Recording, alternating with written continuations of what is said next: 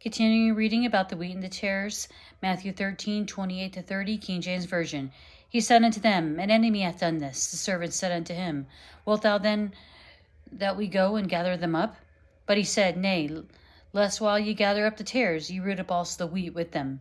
Let both grow together until the harvest. In the time of the harvest I will say to the reapers, Gather ye together first the tares, and bind them in bundles to burn them, but gather the wheat into my barn. Read those same verses in the NIV. An enemy did this, he replied.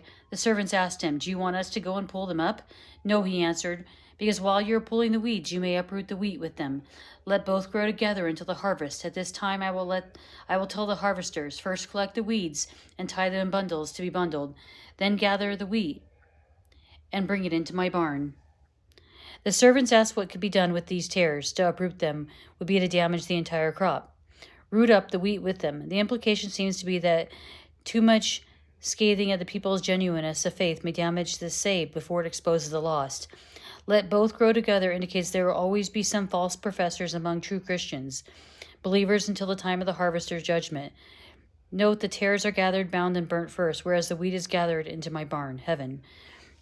Oh my gosh, tell me, how amazing is this?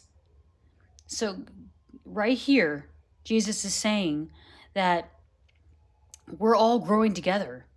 The believers and the unbelievers, the wheat and the tares. When he comes for his people, get caught up, the rapture, the harvest, that's what we're referring to.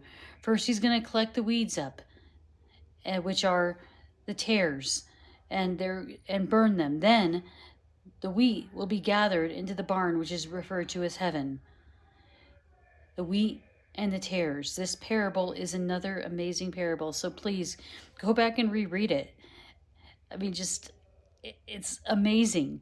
They ask, do you want us to go and pull them up? He says, no, he answered, because while you're pulling the weeds, you may uproot the wheat with them.